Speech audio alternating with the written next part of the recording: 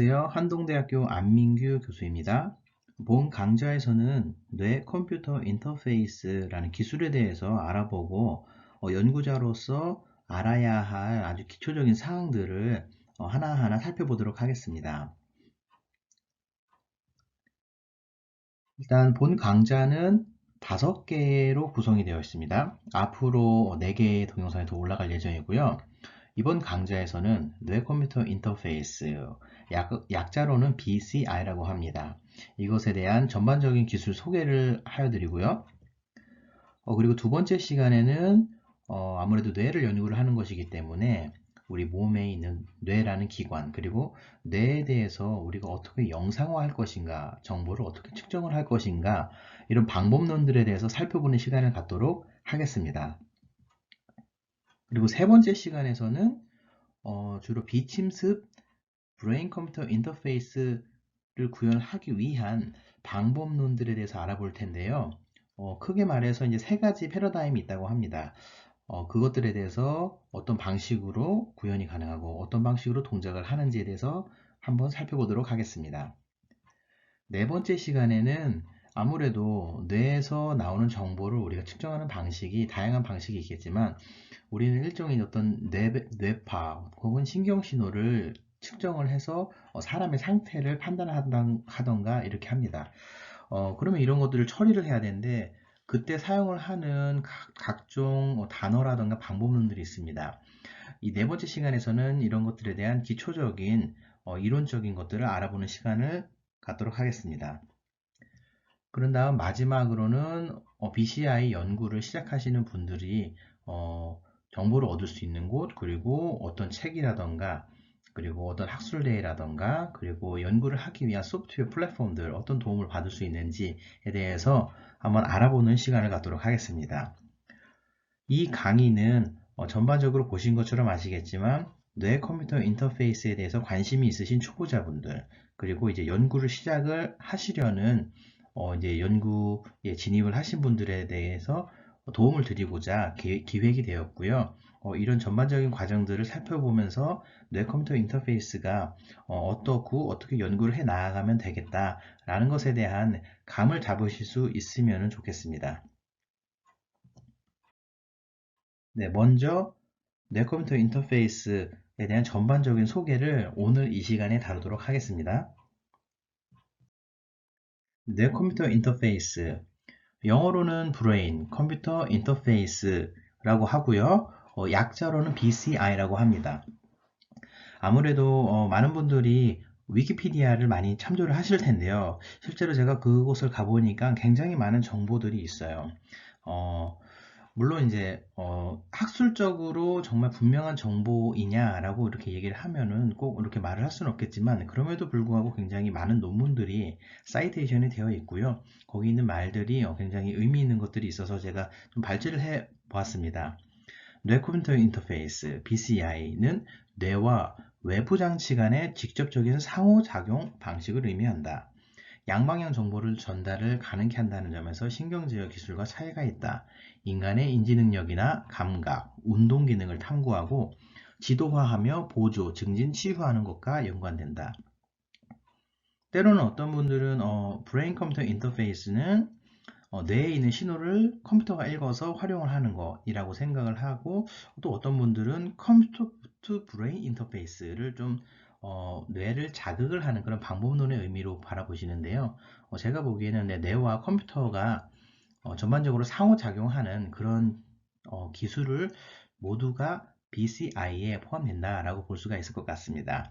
이것이 이제 사용되는 예는 다양한 것 같은데요. 여기 나온 것처럼 신경을 제어를 하거나 인간의 인지 능력, 감각, 운동 기능을 탐구하고 혹은 인간의 그런 뇌가 어떻게 기능적으로 되어 있는지를 알아가거나 이런 정보들을 활용을 해서 사람의 삶을 조금 더 질을 높일 수 있도록 기술을 개발을 하는, 애플리케이션을 개발하는 그런 전반적인 범위가 BCI가 활용될 수 있는 부분이라고 할 수 있겠습니다. 간혹 가다가 다양한 말로써 이렇게 소개가 되기도 하는데요. 브레인 컴퓨터 커뮤니케이션, 마인드 컨트롤드 머신, 브레인 컴퓨터 인터페이스, 뉴럴 인터페이스, 마인드 리딩 머신, 브레인 머신 인터페이스, Mind-Machine Interface, Thought Translation Device. 뭐 이렇게 다양하게 소개가 됩니다. 영화라던가 뉴스라던가 대부분 비슷한 것이라고 여러분들이 같은 범주라 생각을 하시면 되겠습니다. 네, 사람의 뇌와 그리고 외부 세상을 연결을 한다. 굉장히 공상과학 같은 이야기이고요. 영화라던가 소설에서만 봤을 법한 그런 이야기도 있잖아요. 네, 맞아요. 우리가 영화 이런 데서 많이 봤어요. 지금 나오는 이 영화는 매트릭스죠. 굉장히 유명하고요. 키아누 리브스를 굉장히 대단한 입지에 올려준, 그리고 SF 영화계에서도 굵직한 발자취를 남긴 그런 영화입니다. 이 영화에서의 장면이 굉장히 인상 깊은데요. 사람이 어떤 전선을 통해서 머리랑 연결을 해서 매트릭스라는 그런 가상의 세계에서 삶을 살아간다라는 그런 과정을 그리고 있었고요. 또 아바타라는 영화에서는 아예 인공신체, 외계인 종족의 인공신체를 만들어서 그 신체를 멀리서 원격지에서 컨트롤한다라는 설정이 있었습니다. 그리고 이 영화는 아시는가 모르겠어요. 소스코드라는 영화이고요. 여기 나오는 사람처럼 상반신만 남으신 분인데 뇌랑 직접적으로 컴퓨터를 연결을 한 다음에 가상의 세계 안에만 있는 거예요.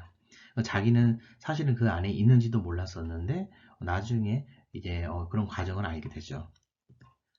마지막으로는 퍼시픽 림이라는 거대한 로봇을 컨트롤하는 그런 영화인데요. 이 영화에서는 사람과 사람의 뇌도 연결을 한다. 여기 영화의 설정에서는 드리프트라는 말을 사용을 했는데요. 이런 것까지도 영화에서 많이 보여주고 있습니다. 사실 뇌 컴퓨터 인터페이스라는 이런 기술이 이제는 굉장히 우리한테는 어쩌면 좀 익숙한 것 같기도 합니다. 네. 그러면은 이 BCI라는 이 기술에 대해서 어떤 발자취들이 있었는가를 한번 알아보도록 하겠습니다.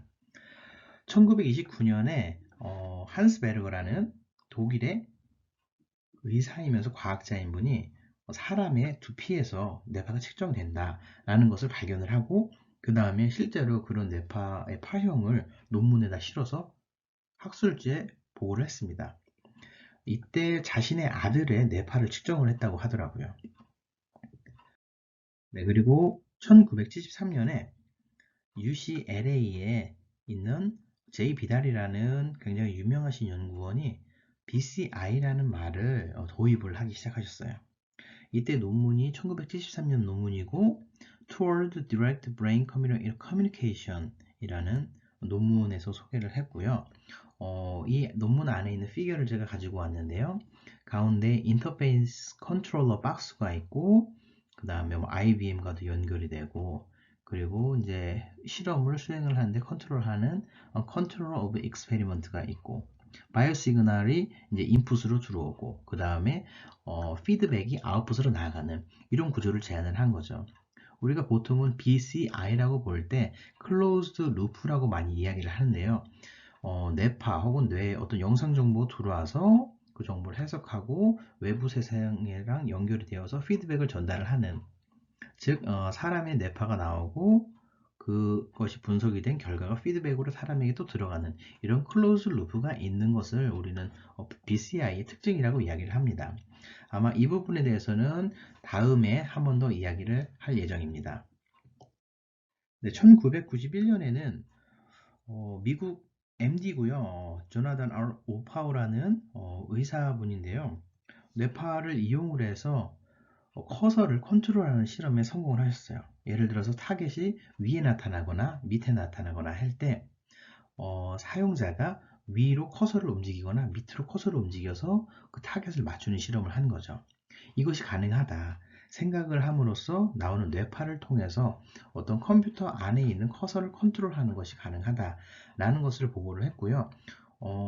근 몇 년 전에는 이제 3디멘전 스페이스에서 3차원 안에서 움직이는 것도 가능하다는 것을 연구 결과로 보여준 바가 있습니다. 그리고 1999년에는 튜빙겐 그룹이 네이처에다가 굉장히 핫한 연구 결과를 발표를 했습니다. 이때의 제목이 Spelling Device for the Paralyzed, 즉 마비 환자를 위한 어떤 스펠링 디바이스를 발표를 한 것인데요.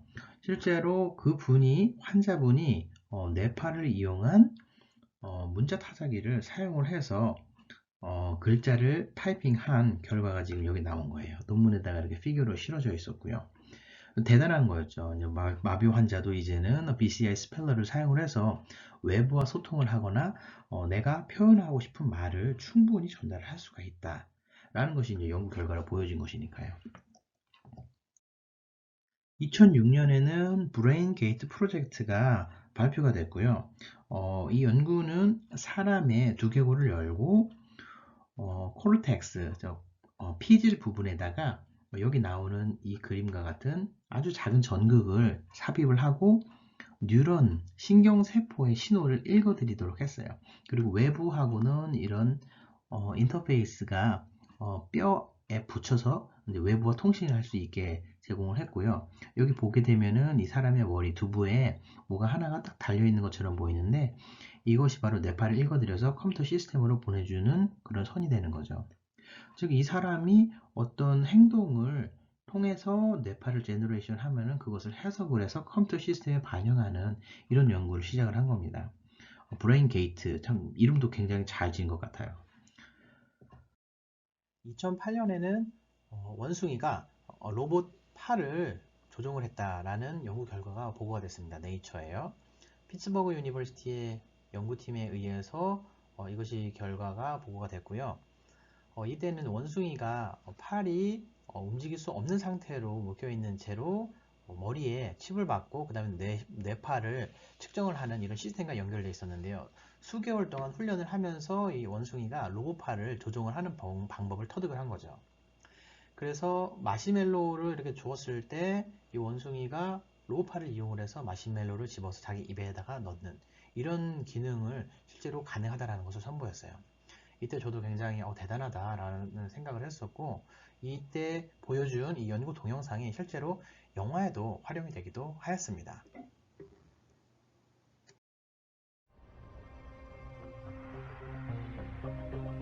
What you're telling me is that the monkey is operating this arm with nothing but his thoughts. Absolutely. There are 100 sensors, each listening to a different brain cell or neuron. Physically disabled people will be able to operate fully synthetic bodies. It provides a tremendous amount of hope for the future. 네, 앞서 본 영화는 서로게이트라는 영화에서 나온 사실은 첫 도입부에 사용된 영상이고요. 원숭이가 로봇팔을 조종을 해서 이제 어떤 먹이를 먹었다. 그리고 그 다음 장면에 나오는 것이 사람이 휠체어에 앉아 있는 상태로 머리에 빨간 색깔 모자를 쓰고 휠체어를 컨트롤하는 장면이 있었는데요. 그 장면도 실제로 가능한 그리고 실제로 이제 발표된 연구 동영상을 활용한 것으로 알고 있습니다. 굉장히 인상 깊었어요, 저는. 그리고 2009년에는 어떤 일이 있었냐면은 앞서 튜빙겐 그룹에서 뇌파를 이용을 해서 문자를 치는 시스템을 발표를 했었는데 실제로 그런 비슷한 장비가 상용화가 됐습니다.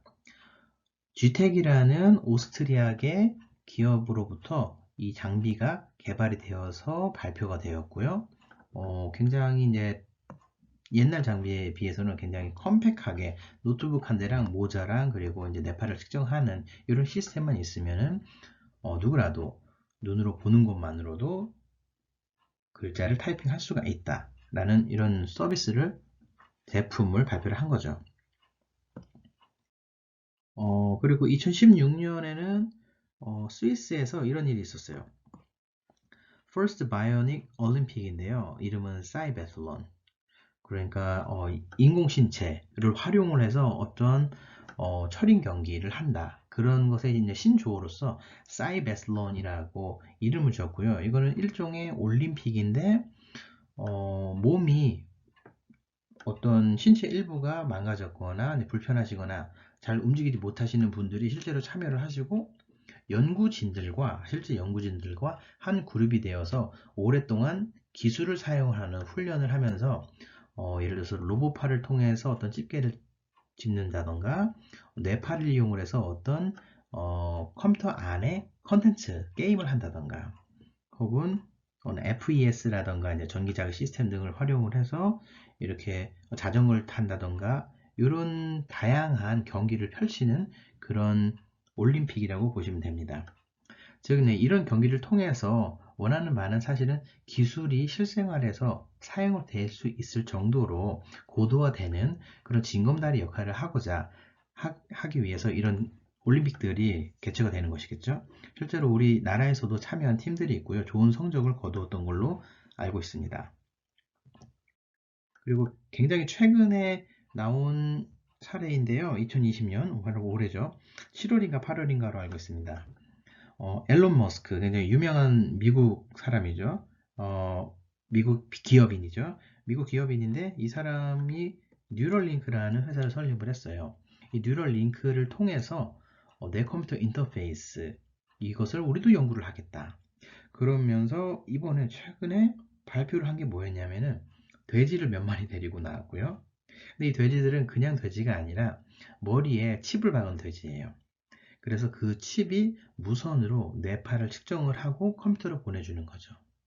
여기 나오는 이 사진이 그냥 사진이 아니라 뒤에 있는 이 하얀색과 그리고 검정 배경이 뉴런들이 신호를 보내는 것들 정보를 보여주는 거예요.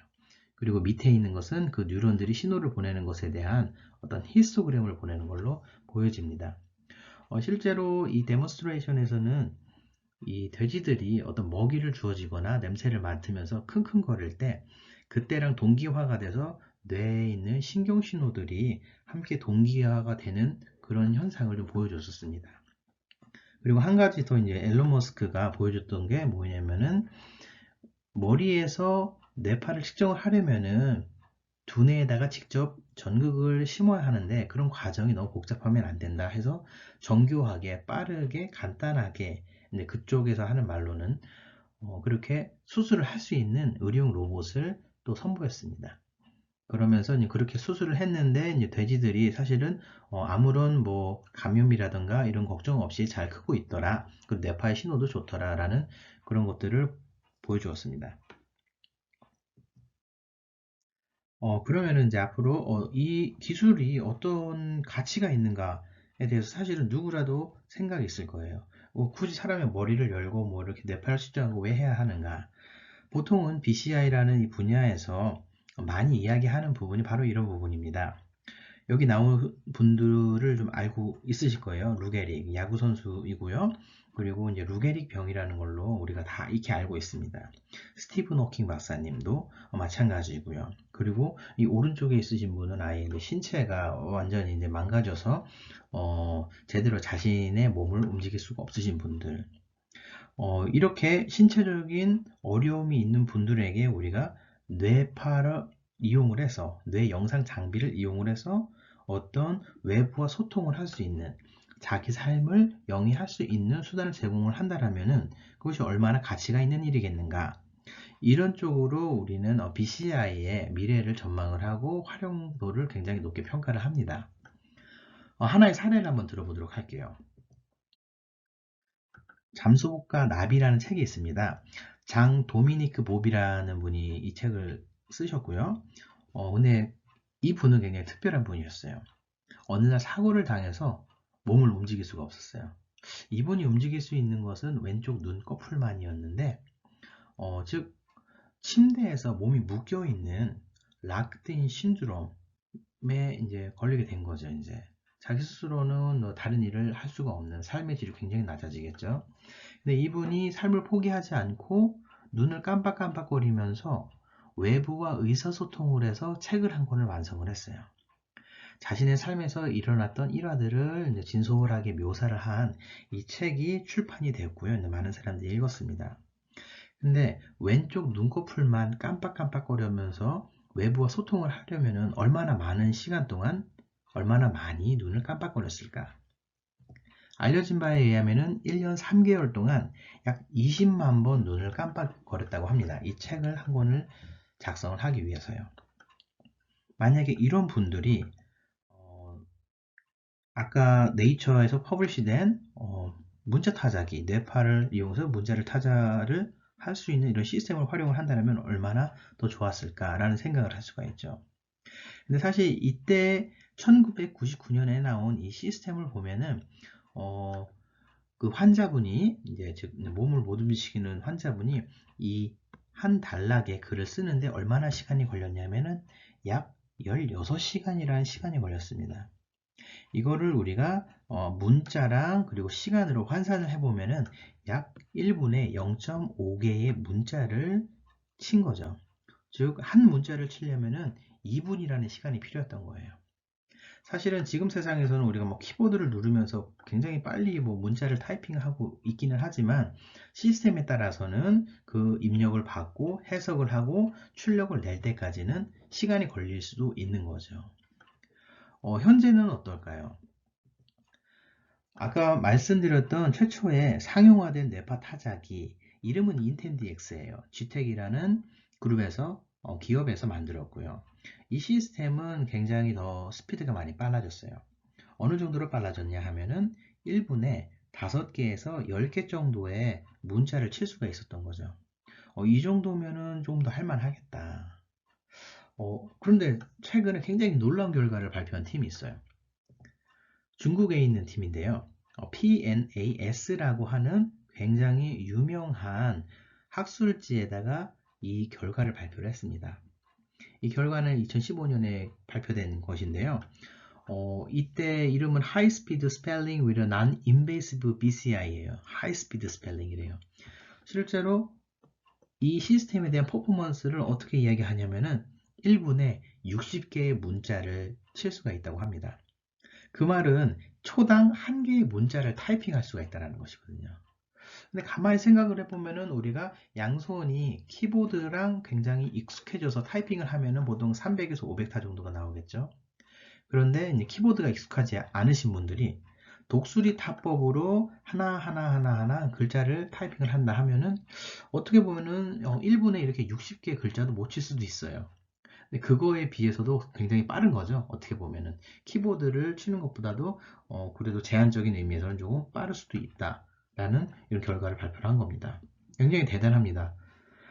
실제로 그러면 이런 스펠러들이 어떻게 동작을 하는지를 한번 영상으로 한번 보도록 하죠.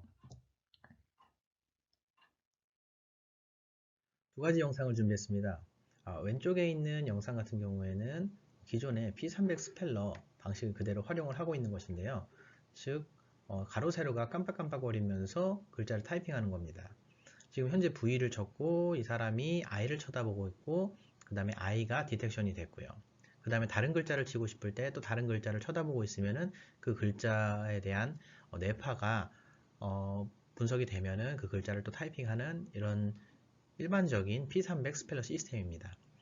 반면에 오른쪽 같은 경우에는 중국 팀에서 만든 하이스피드 BCI 스펠러인데요. 깜빡거리는 방식은 비슷하지만 가로 세로가 이렇게 교차적으로 깜빡거린다기보다는 각 자극들, 각 문자들이 계속 깜빡거립니다. 전체적으로 함께.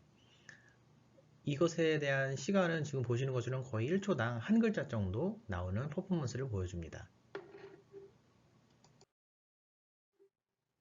네, 다음으로는 BCI 애플리케이션에 대한 얘기를 조금 더 해보려고 합니다. BCI 애플리케이션을 지금까지는 커뮤니케이션, 스펠러 이런 관점에서만 몇 가지 봤는데 또 어떤 분야에서 활용이 될 수가 있을 것인가.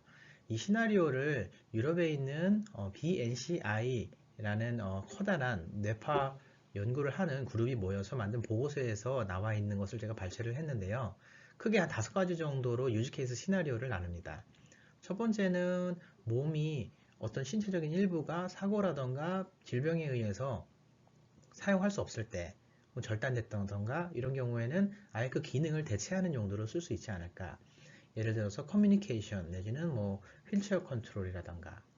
두 번째는 몸의 신체 일부는 남아있지만 기능을 잃었을 때 예를 들어서 이제 팔이 마비가 났어요. 근데 그 마비가 온 이유가 뇌에서부터 이 팔로 내려가는 신호 전달이 제대로 되지 않기 때문에 그러면 그렇다 하더라도 팔에는 근육은 남아있거든요. 이 근육을 전기적으로 자극을 하게 되면은 우리가 또 움직일 수가 있을 겁니다. 즉 기존에는 뇌에서 팔로 가는 인체 내부의 신경회로를 활용했다라면은 뇌파에서부터 직접 신호를 읽고 팔에다가 직접적으로 전기 자극을 주던가 하는 이런 방식으로 팔을 움직일 수 있게 하는 기능을 복원하는 방식으로도 쓰일 수 있다. 그 다음은 스트로크를, 예를 들어서 뇌졸중 같은 스트로크를 얻으신 분이 뇌가 망가져서 이제 몸의 일부가 제 기능을 못하다던가 이런 경우들이 있습니다. 이런 분들은 계속해서 재활을 하면서 그 기능을 복원을 하시는데요. 이때 뇌파를 이용한 방식이 도움이 되지 않을까. 가능한 시나리오로는 이런 것들이 있습니다. 뇌에서 이 사람이 움직이는 동작을 인지를 한 다음에 BCI로요. 그런 다음에 팔을 잘 움직일 수 있게끔 도와준다라던가 이렇게 하면은 이제 재활을 하는데 좀 도움이 될 수 있지 않을까 하는 의견이 있었고요.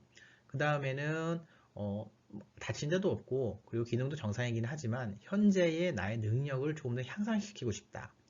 예를 들어서 집중력을 증가시킬 수는 있지 않을까. 혹은 나의 스트레스 지수를 검출해 가지고 잡의 수를 좀 줄일 수 있지 않을까. 이렇게 적용하는 방법이 있고요. 마지막으로는 순수하게 연구 용도로 활용을 할 수도 있을 것 같다라고 유즈케이스 시나리오를 발표를 했습니다. 사실은 이 외에도 일반인들을 위해서 게임이라던가 뇌 헬스케어라던가 혹은 뭐 뉴로 마케팅이라던가 좀 다양한 분야에서 BCI가 좀 활용이 될 수 있을 것 같습니다. 네, 여기까지가 뇌컴퓨터 인터페이스 입문 강좌에서의 전체적인 BCI에 대한 개론을 설명을 드렸고요. 다음 시간에는 뇌와 뇌 영상 기법에 대해서 알아보는 시간을 갖도록 하겠습니다. 감사합니다.